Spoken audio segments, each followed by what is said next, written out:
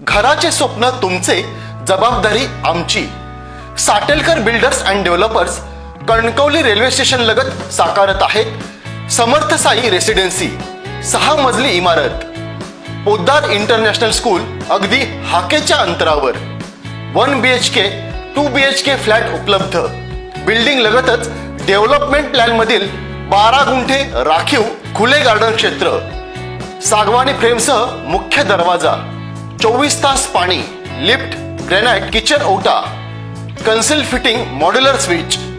संपर्क 9420 73 94 18 आणि 8605 74 10 30.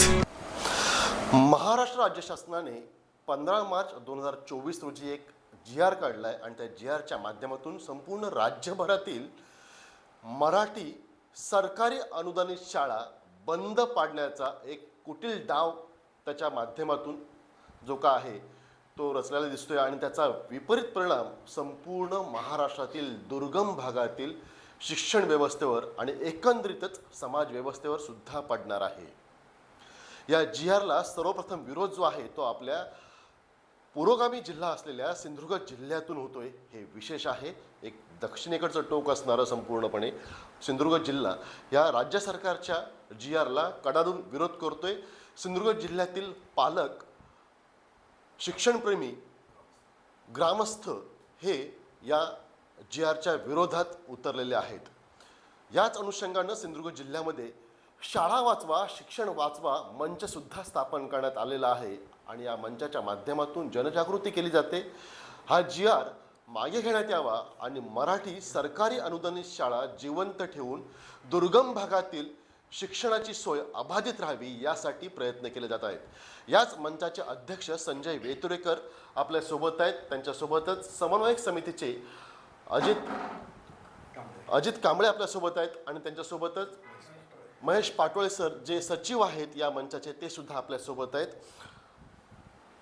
वेतुरेकर सर, नेमका हा GR काय आहे हे आधी पहिलं आपल्या प्रेक्षकांना आपण सांगा. धन्यवाद. खरं म्हणजे आज सिंधुदुर्ग जिल्हा आणि महाराष्ट्रातील सर्व लोकांना, जनतेला, ग्रामस्थ, पालक आणि शिक्षणप्रेमींना यातली खरं स्वरूप समजण्यासाठी आपण जी संधी उपलब्ध करून दिली त्याबद्दल आपल्या चॅनलचे धन्यवाद मानतो. 15 मार्च 2024 हा काही एकमेव असा GR नाही.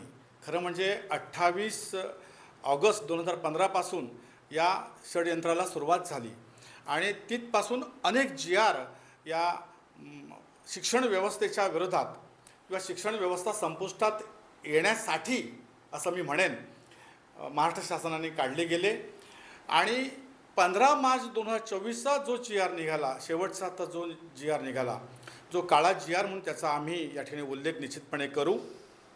त्या GRमुळे शासकीय सरकारी अनुदानित असणाऱ्या ज्या मराठी शाळा आहेत की ज्या शाळांमध्ये ग्रामीण भागातील विशेष करून गोरगरीब, कष्टकरी, वंचित शेतकऱ्यांची मुलं शिक्षण घेत आहेत त्या ठिकाणच्या शाळा पटसंख्येचं कारण देऊन त्या ठिकाणी त्या बंद पडतील निश्चितपणे. की ज्या शाळांमध्ये आज 4 किंवा 5 शिक्षक आहेत, 1 ते 7 वर्ग, एक उदाहरण म्हणून सांगतो, 1 ते 7 वर्ग, 4 शिक्षक आहेत, 5 शिक्षक आहेत, त्या ठिकाणी या GRमुळे त्या ठिकाणी 1 किंवा 2च शिक्षक राहणार आहेत. 1ली ते 7वीचा वर्ग, 1 ते 7 वर्ग आणि 1 शिक्षक कसं शिकवणार याचं गणित सरकारने सांगावं असं मला वाटतं किंवा तुम्ही आम्ही विचार करा. आज सिंधुदुर्ग जिल्ह्यामध्ये या GRचा फटका माध्यमिक विभागाचं उदाहरण म्हणून आम्ही देतो की जवळजवळ 38 माध्यमिक विद्यालयं ही बंद होत आहेत. 0 शिक्षकी, त्या ठिकाणी विद्यार्थी आहेत 60, 65, 70 विद्यार्थी आहेत आणि 0 शिक्षक. त्या शिक्षकांना कोण, त्या विद्यार्थ्यांना कोण शिकवणार हा खरा प्रश्न आहे. ती व्यवस्था काय केली आहे हा खरा प्रश्न आहे. या GRमुळे ही 38 विद्यालयं आपल्या सिंधुदुर्ग जिल्ह्यातील बंद होत आहेत. जवळजवळ 52 ते 55 विद्यालय 1 शिक्षकी किंवा 2 शिक्षकी होत आहेत. हे केवळ सिंधुदुर्ग जिल्ह्यातील आहे.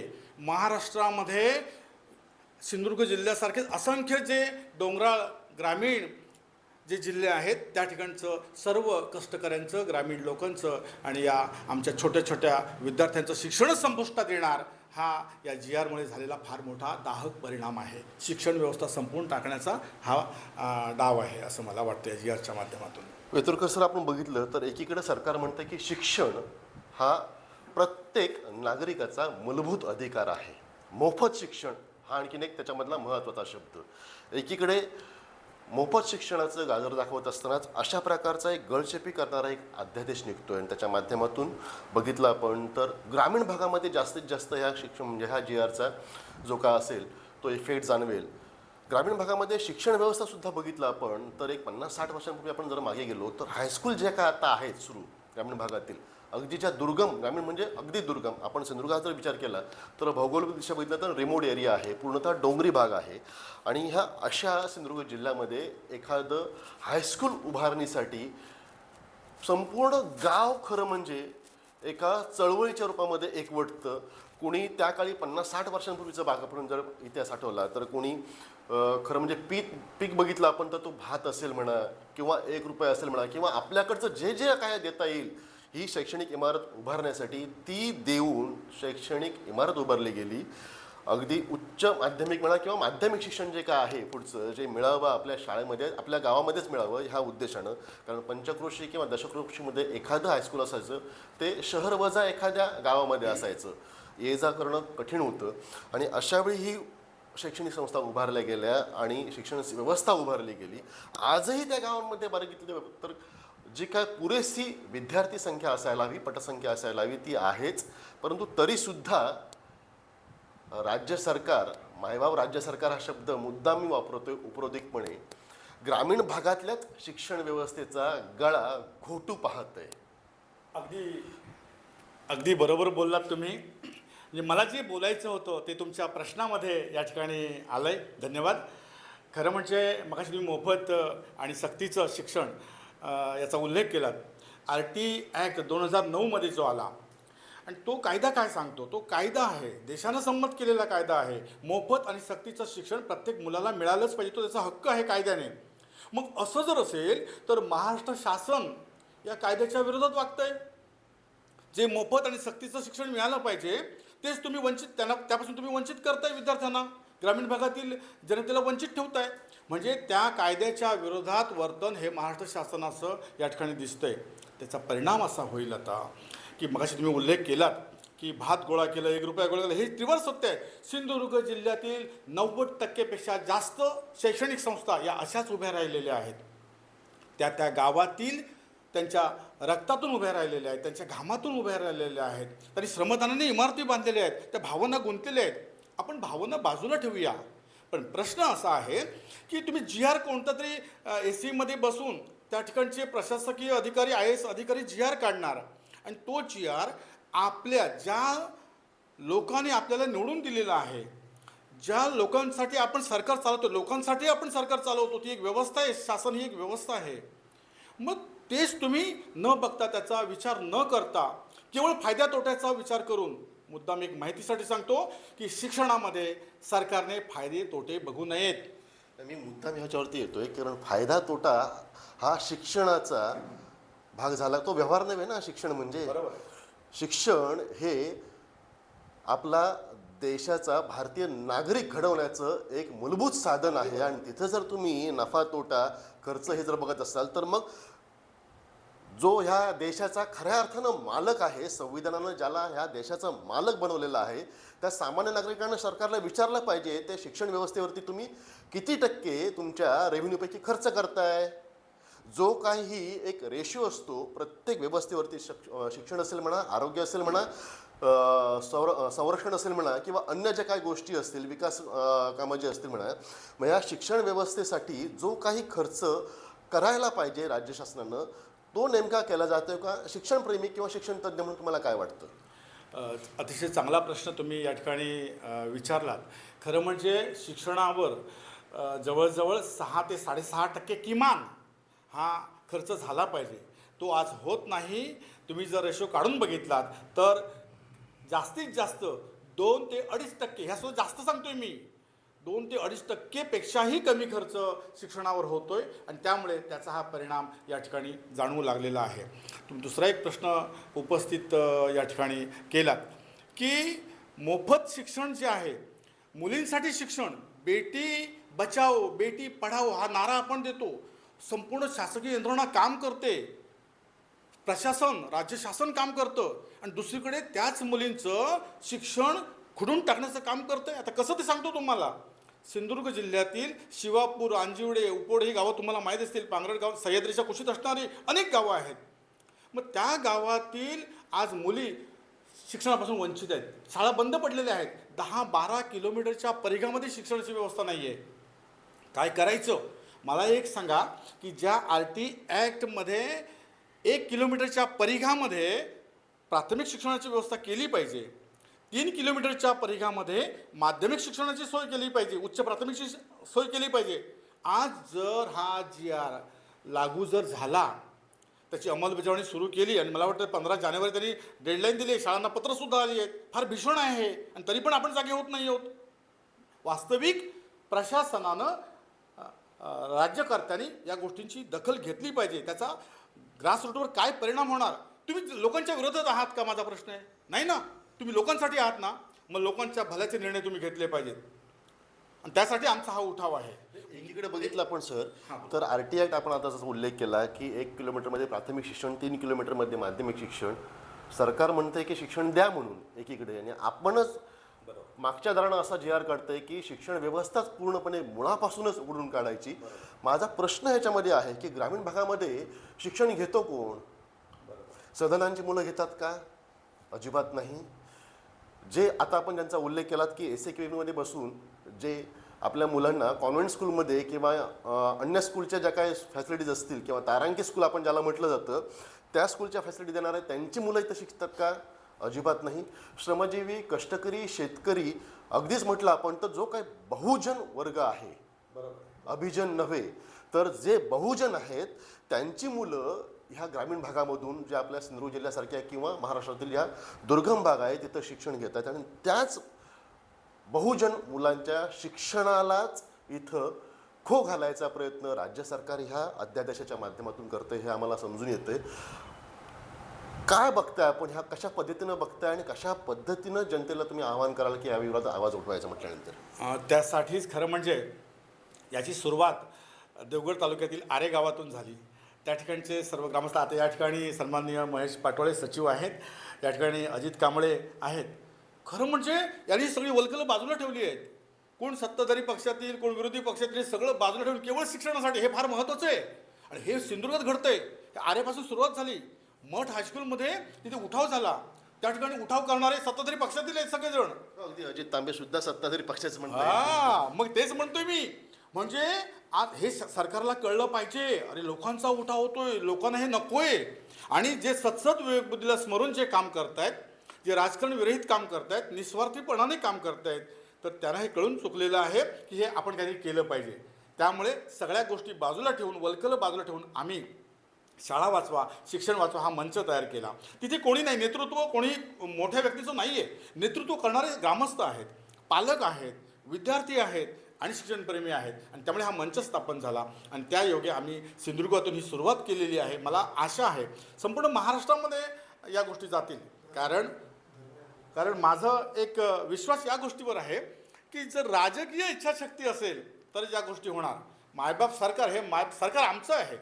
भले मी त्या सरकारमध्ये एक घटक नसेन, पण ते सरकार आमचं आहे आणि त्यामुळे त्या सरकारने या ज्या लोकांनी निवडून दिलं त्यांच्या हिताचा विचार या सरकारने केलाच पाहिजे.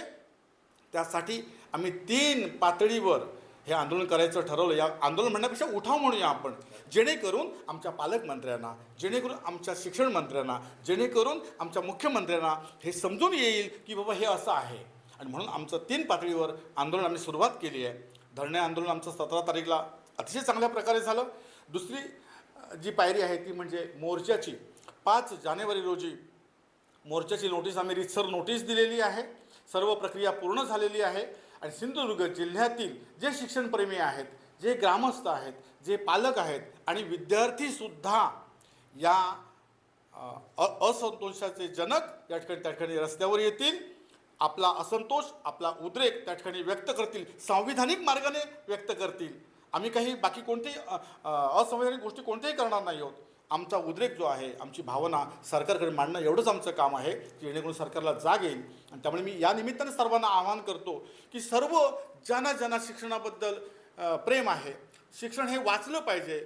ज्या गावातील शाळा सर्व लोकांनी ज्या उभ्या केल्या आहेत त्या शाळा वाचल्या पाहिजेत. कारण गावाचं भूषण खरं म्हणजे गावातील मंदिरं आहेत, गावातील शाळा आहे, गावातील ग्रामपंचायत आहे, गावातील पोस्ट ऑफिस, ह्या ज्या काही गोष्टी हे गावातील भूषण आहे.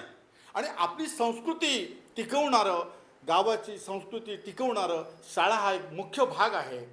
प्रत्येक व्यक्तीला एक आकार देणारं ती शाळा आहे. ती शाळा वाचली पाहिजे. म्हणून आम्ही फक्त निमित्त मात्र आहोत. आम्ही या ठिकाणी मैदानात उतरलेलो आहोत. मला एक आशा आहे की या निमित्तानं या GRमध्ये सकारात्मक बदल होईल. निश्चितपणे तो रद्द नाही झाला तर सकारात्मक तरी बदल निश्चितपणे सरकार करेल अशी मला खात्री आहे. म्हणून आम्ही सर्वजण त्या ठिकाणी उतरतोय आणि त्याला चांगला प्रतिसाद मिळतोय. अनेक जण त्याच्यात सहभागी होत आहेत. धन्यवाद. सर, बघितलं आपण एक शेवटचा प्रश्न, ज्यावेळी बहुजनांचं मोफत अनुदानित शिक्षण बंद होतं तेव्हा एक सामाजिक उत्थान होत असतं. त्याचे परिणाम म्हणजे विपरीत परिणाम असं म्हणा, दुष्परिणाम असं म्हणायला हवं. खरं म्हणजे नुसतं परिणाम नाही, दुष्परिणाम जे आहे ते सामाजिक व्यवस्थेवरती सुद्धा होत असतात. मायग्रेशन जे असतं ते खेड्यातून शहराकडे वाढतं आणि खेडी ओस पडतात. घरदारच नव्हे तर संपूर्ण खेडगाव ओस पडतं. तिथली जी काय शेती संस्कृती असेल ती संपूर्ण नष्ट होते. एक प्रकारे हा GR म्हणजे केवळ शिक्षण व्यवस्थेला सुरुंग नाही आहे, तर जो आपल्या राज्याचा आणि संपूर्ण देशाचा महत्त्वाचा गाभा आहे तो म्हणजे खेडगाव. महात्मा गांधींनी म्हटलं होतं त्यावेळी खेड्याकडे चला. राज्य सरकार ह्या GRच्या माध्यमातून उलट म्हणतंय की शहराकडे चला. शहाणपण एवढे थोडंसं राज्य सरकारला. आणि ह्या सामाजिक व्यवस्थेवरती ह्या GRच्या माध्यमातून काय दुष्परिणाम होईल असं आपणास वाटतं? अतिशय मार्मिक म्हणजे इतका सुंदर तुम्ही प्रश्न विचारला त्याबद्दल धन्यवाद. कारण सामाजिक आर्थिक ही जी परिस्थिती आहे ही संपूर्णपणे सिंधुदुर्ग जिल्ह्यातील नव्हे तर महाराष्ट्रातील ही पूर्णपणे बदलून टाकण्याचं काम हा GR करतोय. कसं ते सांगतो. केवळ शैक्षणिक नव्हे म्हणजे केवळ शिक्षण बंद होणार, शाळा बंद होणार म्हणून काहीतरी करूया असं नाही. तर उदाहरण म्हणून सांगतो, सिंधुदुर्ग जिल्ह्यातील अनेक गावं आज शाळा बंद झाल्यामुळे, प्राथमिक शाळा बंद झाल्या, माध्यमिक शाळा, शिवापूरमधील माध्यमिक शाळा बंद झाली. सह्याद्रीच्या टोकाला असणारं एक गाव आणि जवळजवळ 10-12 किलोमीटर परिसरामध्ये शिक्षणाची सोय नाही आहे. उदाहरण म्हणून सांगतो, त्या ठिकाणी जर तुम्ही गेलात मुद्दाम जाऊन बघा. अतिशय निसर्गरम्य देखणा त्या ठिकाणी गाव आहे, पर्यटनदृष्ट्या फार महत्त्वाचं गाव आहे त्या ठिकाणी. तर अशा गावामध्ये आज माणसं राहत नाहीत, राहतात फक्त म्हातारी कोतरी राहतात. तरुण एक 2% किंवा 3% तरुण फक्त राहतात. ते सुद्धा नाईलाज असेल तर, नाहीतर सगळे आपल्या मुलांच्या शिक्षणासाठी शहराकडे चाललेले आहेत. म्हणजे ज्या स्वातंत्र्यपूर्व काळामध्ये, स्वातंत्र्यानंतर सुद्धा ज्या शिक्षणाचं विकेंद्रीकरण झालं, म्हणजे प्रत्येक वाडी वस्तीवर शिक्षण गेलं, ते शिक्षणाचं पुन्हा केंद्रीकरण म्हणजे पुन्हा मुठभर लोकांच्या ताब्यात चाललेलं दिसतंय. पुन्हा ते गावाकडून शहराकडे चाललेलं दिसतंय. मग लोकांनी गावाकडून गावं सोडायची, शहराकडे जायचं, हे अप्रत्यक्षपणे हा GR सांगतो. त्या ठिकाणी असताना घरच्या घरं ओस पडली आहेत, गावाच्या गावं ओस पडली आहेत. मग त्या ठिकाणचे गेल्यानंतर त्या ठिकाणी राहणार कोण? सोनं उगवणारी जमीन. भारत शेतीप्रधान देश म्हणतो, शेती करा म्हणून आपण शासन म्हणतंय. अरे कशी करणार शेती? मग ते सोनं उगवणारी शेती जी आहे ती टाकून सगळी पोरं, आमची तरुण पोरं ही शहराकडे एक 20, 25, 10, 15 हजार मिळवण्यासाठी त्या ठिकाणची शहराकडे चालली आहेत. ती गावाचे गावं ओस पडत आहेत. समाजकारण, अर्थकारण हे पूर्णपणे नष्ट करणारा हा GR आहे असं मी म्हणतो. अतिशय चांगला प्रश्न तुम्ही निर्माण या ठिकाणी केलात. आणि त्यामुळे मला वाटतं या GR केवळ शिक्षणापुरतं नाही, तर केवळ शाळेपुरता नाही, तर संपूर्ण त्या गावाचं अर्थकारण जमीनदोस्त करणारा असा हा GR आहे. तो शासनानं बदललाच पाहिजे एवढी आमची विनंती आहे. सर, मगाशी आपण बोलताना एक उल्लेख केला होता की राजकीय इच्छाशक्तीशिवाय म्हणजे ग्रामस्थांचा विरोध आहे, पालकांचा विरोध आहे, विद्यार्थी विरोध करत आहेत, शिक्षणप्रेमी शिक्षणतज्ज्ञ आहेत ते विरोध करत आहेत. का तर ग्रामीण भागातलं बहुजनांचं शिक्षण वाचायला हवं. कुठलं शिक्षण? जर जे काय शासकीय अनुदानित शिक्षण आहे ते. कारण साहजिकच आहे की बहुजनांना खाजगी शाळांमध्ये जाऊन शिक्षण घेणं परवडणारं नाही आणि शक्यसुद्धा नाही आहे. बरोबर. राजकीय इच्छाशक्ती ह्या जनशक्तीसोबत असणं गरजेचं आहे. राजशक्तीसोबत तो त्यांचा धर्मच आहे, परंतु यावेळी खरं राजकीय इच्छाशक्तीनं जनशक्तीसोबत असणं गरजेचं आहे. काय आपण त्यांना आव्हान कराल? आव्हान एवढंच आहे की खरं म्हणजे आज जर परिस्थिती आपण महाराष्ट्रातील देशातील बघितली तर फार सर्वसामान्य माणसाला न्याय मिळेल की नाही याबद्दल शंका निर्माण झालेली आहे. अशाही अवस्थेमध्ये आज आम्ही हे आंदोलन, ही चळवळ उभी करतोय कुठेतरी. आणि मला एक आशा आहे, म्हणजे या कठीण आणि बिकट परिस्थितीमध्ये सामाजिक एवढी राजकीय एवढी भयानक परिस्थिती समोर दिसते, न्याय मिळेल की नाही शंका वाटते. आणि अशा परिस्थितीमध्ये आज सिंधुदुर्ग जिल्ह्यातील मोर्चा काढण्यासाठी माणसं तयार होतात, रस्त्यावर येतात. ही साधी गोष्ट नाही आहे. कुठून तरी सुरुवात ही व्हावी लागते, भले तो 1 असेल, 2 असेल किंवा 1000 असतील, ही सुरुवात होते. त्याबद्दल मला विश्वास आहे आणि माझा विश्वास हा या जनशक्तीच्या इच्छाशक्तीवर आहे की ही जर ताकद आहे. राजकीय मंडळी ही केवळ आणि केवळ जनशक्तीलाच घाबरतात हा माझा दावा आहे. कारण ते मतदानाला घाबरतात. तो मतदार राजा आहे, तो राजाच आहे, मतदार राजाच आहे. आज त्याला वेगवेगळ्या प्रकारे वेगवेगळ्या गोष्टीमध्ये त्याला बांधून ठेवलं जातं आहे. तो जर मुक्त खऱ्या अर्थानं झाला, त्याचं प्रबोधन जर खऱ्या अर्थानं झालं तर निश्चितपणे सर्वांना, कोणीही हिंमत नाही होणार राज्यकर्त्यांची की या विरोधात निर्णय घेण्याची. हा माझा दावा आहे. त्यामुळे खरोखर लोक जर हा शेवटचा उपाय आहे, आणखी उपाय मार्गच नाही आहे आमच्याकडे आणि कुठेच मार्ग नाही आहे. निर्णय घेणारे कोणी राज्यकर्ते आहेत, उत्तर देणारे सोडवणारे राज्यकर्तेच आहेत. म्हणजे प्रश्न निर्माण त्यांनी केला, त्यांनीच तो सोडवायचा आहे, दुसरे कोण सोडवणार नाहीत. आम्ही विरोधी पक्षाकडे जाऊन नाही सोडवणार, मायबाप सरकारनं सोडवला पाहिजे, आमची त्याच्यावर हट्ट आहे, आमचा आग्रह आहे. आम्ही लेकरं आहोत, ते मायबाप सरकार आमचे पालनकर्ते आहेत. ते बरोबर की चूक हे मात्र आम्ही त्यांना सांगणार आणि ते चुकतायत. जर ते जनतेच्या विश्वासात जर पात्र ठरले नाहीत तर जनतेचा आक्रोश, जनतेचा एक दिवशी फार मोठा उद्रेक होईल. हे न करण्या इतपत राज्यकर्ते खुळे नाही आहेत. मला वाटतं अतिशय चांगली माणसं आहेत, काही निर्णय चुकतात, आम्ही पण मान्य करतो, पण चुकीचा निर्णय आहे, ती चूक दुरुस्त करावी आणि सर्व समाजाचं तळागाळातील शिक्षण त्यांनी वाचवावं, एवढं या निमित्ताने मी आवाहन करतो. राजकीय इच्छाशक्तीशिवाय होऊच शकत नाही. दुसऱ्या कोणतीही यंत्रणा नाही, आणखी कोणतीही यंत्रणा नाही सांगा ना, नाही. ज्यांनी निर्माण केलं मार्ग, उत्तर त्यांच्याचकडे आहे, त्यांनीच ते सोडवायचं आहे आणि सर्व लोकांना दिलासा द्यायचा आहे, महाराष्ट्राला दिलासा द्यायचा आहे आणि त्यांचं जे स्थान आहे त्यांनी अबाधित ठेवावं. आणि त्यांनी हा निर्णय जर घेतला तर निश्चितपणे त्यांना जनता दुवा देतील, सगळेजण दुवा देतील, विरोधी पक्षवाले पण दुवा देतील. विरोधासाठी विरोध करणारे आम्ही नाही आहोत, आम्ही सर्वसामान्य कष्टकरी आणि ग्रामस्थ आहोत. आमची ही विनंती आहे. सर, आपण मगाशी म्हटलं होतं की 50-60 वर्षांपूर्वीचा काळ आठवूया की ह्या शैक्षणिक इमारती किंवा हायस्कूल सुरू करण्यासाठी, शिक्षण व्यवस्था ग्रामीण भागामध्ये सुरू करण्यासाठी जो ग्रामस्थांनी लोकसहभाग दाखवला होता, त्याच्यातून खरं म्हणजे ही शैक्षणिक व्यवस्था सुरू झाली. राज्य सरकारने त्याला समर्थ अशी साथ पण दिली. आता राज्य सरकार आपला हात जो आहे तो त्या शैक्षणिक व्यवस्थेच्या डोक्यावरचा आपला हात काढून घेतंय. जर काय असं घडलंच तर दुर्गम भागातील ही शैक्षणिक व्यवस्था जी आता बंद होईल राज्य सरकारच्या अध्यादेशामुळे, ती पुन्हा सुरू होईल का? अतिशय मार्मिक आणि छान प्रश्न तुम्ही विचारलात की खरं म्हणजे जी कित्येक पिढ्यानपिढ्या ज्या शाळामध्ये भावना सगळ्यांच्या गुंतल्या आहेत, वाडी वस्तीच्या, घराच्या, कुटुंबाच्या, तर त्या सगळ्या नष्ट होतील या एका GRमुळे. आणि शाळा सुरू करण्यासाठी जे केवढी यातायात, केवढे परिश्रम आणि हे सर्व किती श्रम, किती त्या ठिकाणी पैसा, मग शासनाचे आणि गावाचा असेल, मग शासनाचा आणि गावाचा जी मालमत्ता आज उभ्या राहिलेल्या आहेत त्या कशा सांभाळायच्या. जर हे सगळं जर बंद झालं तर लक्षात घ्या, शाळा सुरू करतानाचे परिश्रम आठवा, तर ती शाळा पुन्हा उभ्या आयुष्यात पुन्हा सुरू होणार नाही. जर एकदा का त्या ठिकाणचे शिक्षक गेले, त्या ठिकाणचे विद्यार्थी शाळेतून बाहेर पडले आणि त्यानंतर पुन्हा त्या शाळा सुरू होणे नाही. पटसंख्या झाली आणि नाही झाली तरी त्या ठिकाणी असणारे ती एक मृतप्राय अशा प्रकारची ती गावातील भकास आणि ओसाड त्या गावातील त्या खुणा फक्त राहतील. त्यामुळे त्या शाळा, शिक्षणाची सोय त्या गावामध्ये पुन्हा सुरू होणे नाही. त्यामुळे ही वाचवण्यासाठी, म्हणून म्हटलं शाळा वाचवा आणि शिक्षण वाचवा, ती वाचवण्यासाठी आणि हे सर्व टिकवण्यासाठी हा लढा गरजेचा आहे. तेव्हा सर्व जनतेला पुन्हा एकदा आवाहन, त्यांनी या विनंतीला मान देऊन या लढ्यामध्ये सहभागी व्हावं. सर, एक शेवटचा प्रश्न.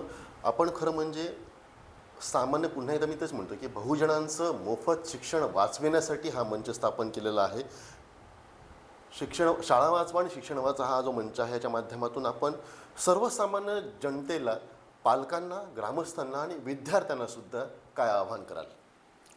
आज खरं म्हणजे विद्यार्थी जे वंचित होणार, त्या बिचाऱ्या छोट्या बाळांना काही समजत नाही. त्यांना आपण कुठे पाठवणार, त्या ठिकाणी ते जाणार. आणि परिस्थिती अशी आहे, अनेक गावामध्ये मी फिरलो की कित्येक लहान मुलं, म्हणजे अगदी अर्ध्या किलोमीटरवर सुद्धा आज मुलं चालत यायला फार कठीण होतं. म्हणजे त्यांना येणं ते शक्य होत नाही, अशी नाजूक मुलं आहेत. आणि अर्धा 1 किलोमीटरच्या परिसरामध्ये हे प्राथमिक शिक्षणाची सोय झालेली आहे. मायपा सरकारने त्या वेळेच्या केली, यांनी पण केली आहे. मग ते आज तुम्ही बंद करू नका, जेणेकरून त्यांचं शिक्षण त्याच ठिकाणी थांबेल. मला एक सांगा की जर आज जे विकेंद्रीकरण झालेलं शिक्षण आहे, त्या जर बंद झालं या GR मुळे, तर त्या ठिकाणची ती मुलगी, छोटी मुलगी जाणार आहे का? इतका प्रवास करून जाऊ शकेल का? ती सुरक्षित राहू शकेल का? किंवा वाहनाची व्यवस्था आहेत का आपल्याकडे? हे काहीच नाही आहे ना. आणि त्यामुळे हे शिक्षण बंद करता कामा नये, एवढंच माझं म्हणणं आहे. त्याचा फार परिणाम हा संपूर्ण पुन्हा जे अशिक्षितपणा जो आहे, जो सिंधुदुर्ग जिल्हा किंवा सिंधुदुर्ग जिल्ह्यापुरता विषय नाही, उदाहरण म्हणून सांगतो की साक्षरतेमध्ये त्याने प्रथम क्रमांक काढला. ज्या सिंधुदुर्ग जिल्ह्याने कुटुंब नियोजनामध्ये तुम्हाला प्रथम क्रमांक आणि महाराष्ट्र शासनाची कॉलर ताट करून दिली, त्यांना अभिमान सारखं काम या सर्व लोकांनी केलं. मग त्याचा फटका, मुलं काही कारखाना नाही आहे, दुकान नाही आहे की निर्माण करता यावीत, नैसर्गिक गोष्टी आहेत. मग निसर्गतः जो काही बदल होतो, त्या बदलाला अनुसरून राज्यकर्त्यांनी शिक्षणामध्ये आमूलाग्र बदल केलाच पाहिजे. जपानमध्ये आम्ही फक्त सांगतो एका मुलासाठी अमुक ते अमुक. अरे, मी मोदी साहेबांना आवाहन करतो, एक सर्वसामान्य नागरिक म्हणून, की मोदी साहेबांचं एका मुलासाठी 5 मुलांसाठी त्यांनी शाळा चालू ठेवले, अशा प्रकारचं जगामध्ये नाव जावं. आणि त्यांचे या ठिकाणी असणारे राज्यकर्ते आहेत, फडणवीस साहेब किंवा जे शिक्षण मंत्री आहेत, त्यांनी म्हणजे महाराष्ट्रामध्ये करून दाखवलं, हे जगामध्ये आम्हाला सांगता यावं. अरे, 4 मुलांसाठी 5 मुलांसाठी आम्ही शाळा ठेवली आहे, प्रत्येक वर्गाला आम्ही शिक्षक दिला आहे. हे अभिमानास्पद होईल, आम्ही पण त्यांचा उदो करू, असं मला वाटतं. त्याच्याही पुढे जाऊन हा जो मोर्चा आहे आणि 26 जानेवारी प्रजासत्ताक दिना दिवशी उपोषणासारखा मार्ग आहे, जर नाही झालं तर. त्यामुळे माझं एक विद्यार्थी, ग्रामस्थ, पालक आणि या शिक्षणप्रेमी जे आहेत, त्या सर्व शिक्षणप्रेमींनी एकत्र यावं, एक दिवस रस्त्यावर यावं, एक 1-1.5 तास हा उद्रेक जो आहे, असंतोष हा फक्त लक्षात आणून देण्यासाठी त्यांनी यावं. आपण अनेक उत्सव साजरे करतो. 31 डिसेंबर तुम्हाला माहिती आहे किती जल्लोषात साजरे झाले. पण काय हे आपण कुठे चाललोय हा खरा प्रश्न आहे. त्याऐवजी सर्व लोकांनी तो 31 डिसेंबर ज्या जल्लोषात तुम्ही साजरा केलात, अनेक उत्सव तुम्ही साजरे करता, त्या उत्सवासारखाच हा एक सुद्धा उत्सव निर्माण करण्यासाठी, शिक्षण टिकवण्यासाठी आपण दीड तास ओरोसला यावं, असं मी आवाहन करतो, विनंती करतो. 5 जानेवारी सोमवार आहेत, सकाळी 10:30 वाजता छत्रपती शिवाजी महाराज पुतळा जो आहे हायवेच्या बाजूलाच, ओरोस नाक्याच्या बाजूलाच छत्रपती शिवाजी महाराज पुतळा आहे, त्या ठिकाणी 10:30पर्यंत सर्व लोकांनी चांगल्या प्रकारे प्रवास करून त्या ठिकाणी यावं. सर्व शिक्षणप्रेमींनी यावं. वकील, डॉक्टर, CA, समाजामध्ये जे उच्च विद्या विभूषित आहेत, इंजिनियर, या लोकांनी यावं त्या ठिकाणी, की आपण बोलाचा भात त्यांची जबाबदारी नाही आहे का? सर्वसामान्यांची त्यांची जबाबदारी आहे. मी प्रश्न करतो या सर्व उच्च विद्या विभूषित लोकांना, की तुमच्यापैकी जे इंजिनियर येतील, जे डॉक्टर येतील, जे वकील येतील, त्यांचं आम्ही स्वागत करू. सर्वसामान्यांच्या या लढ्यामध्ये तुम्ही पण सहभागी झालात का? तो लढा नाही आहे, सामाजिक लढा नाही आहे, तो कोणता वेगळा वैयक्तिक कोणाच्या स्वार्थासाठी लढा आहे का? तर मी सर्वांना विनंती करतो की त्यांनी या लढ्यामध्ये सामील व्हावं, सहभागी व्हावं, जेणेकरून प्रत्येकाला एक आनंद मिळेल की या महाराष्ट्रातील शाळा आणि शिक्षण वाचवण्यासाठी माझासुद्धा सहभाग होता आणि आहे. धन्यवाद. तर अत्यंत पोटतिडकीने बहुजनांच्या मोफत शासकीय अनुदानित शिक्षणाचा प्रश्न जो आहे, तो सिंधुदुर्ग जिल्ह्यातील शाळा वाचवा शिक्षण वाचवा मंचाच्या माध्यमातून राज्य सरकारच्या कानी पोचविण्यासाठी ही मंडळी अथक प्रयत्न करतायत. उद्देश एकच आहे की बहुजनांचं अनुदानित शासकीय मोफत शिक्षण जे आहे ते कुठंही बंद होता नाही. खेडोपाड्यातील बहुजनांचं शिक्षण जे काय सध्या हे सुरू आहे ती शिक्षणाची कवाडं यापुढे सुद्धा उघडलेलीच राहायला हवी आहेत. आणि याला साथ हवी आहे आपल्या सिंधुदुर्ग जिल्ह्यातील कॉमन मॅनची, अर्थात त्यांच्यासोबतच पालकांची, ग्रामस्थांची आणि अर्थातच उच्च विद्याभूषित असलेल्या समाजातील समाजधुरीणांची सुद्धा. तरच राज्य सरकारला जाग येईल. आणि केवळ जाग येऊन थांबणार नाही राज्य सरकार, तर हा अध्यादेश ज्याच्यामध्ये जे काही जाचक अटी घातलेले आहेत किंवा जाचक अध्यादेश आहेत त्याच्यामध्ये थोडीफार सुधारणा होईल आणि खेडेपाड्यातील जे काही शिक्षण आहे, सरकारी शाळेतील मोफत शिक्षण जे आहे ते यापुढे सुद्धा सुरू राहील. गरज आहे ती एकीची आणि एकीच्या माध्यमातून जनशक्ती एकवटून राज्य सरकारला आपला जाब विचारण्याची. यासाठी राजकीय इच्छाशक्तीने सुद्धा राजकीय पादत्राणं बाजूला ठेवून आमच्या सोबत यावं अशी हाक सुद्धा या मंचाच्या माध्यमातून देण्यात आलेली आहे. पंतप्रधान मोदी असतील म्हणा, राज्याचे मुख्यमंत्री देवेंद्र फडणवीस असतील म्हणा किंवा आपले शिक्षण मंत्री असतील म्हणा, यांनी हा शैक्षणिक उठावाचा जो टाहो आहे तो जरा संपूर्णपणे सहानुभूतीच नव्हे तर एक जी काय संवेदनेच्या मनातून किंवा संवेदनामय रीतीनं ऐकून घ्यावा आणि त्यातून एक सुयोग्य मार्ग काढावा अशी एक रास्त अशी अपेक्षा या शिक्षण मंचाची आहे. कॅमेरामॅन आनंद तांबेसह राजन चव्हाण, आपला सिंधुदुर्ग. ताज्या अपडेट्स आणि ताज्या बातम्यांसाठी आजच सबस्क्राईब करा आपला Sindhudurg digital news channel. Like करा, शेअर करा, कमेंट करा आणि महत्त्वाचं म्हणजे बेल आयकॉनला क्लिक करायला विसरू नका.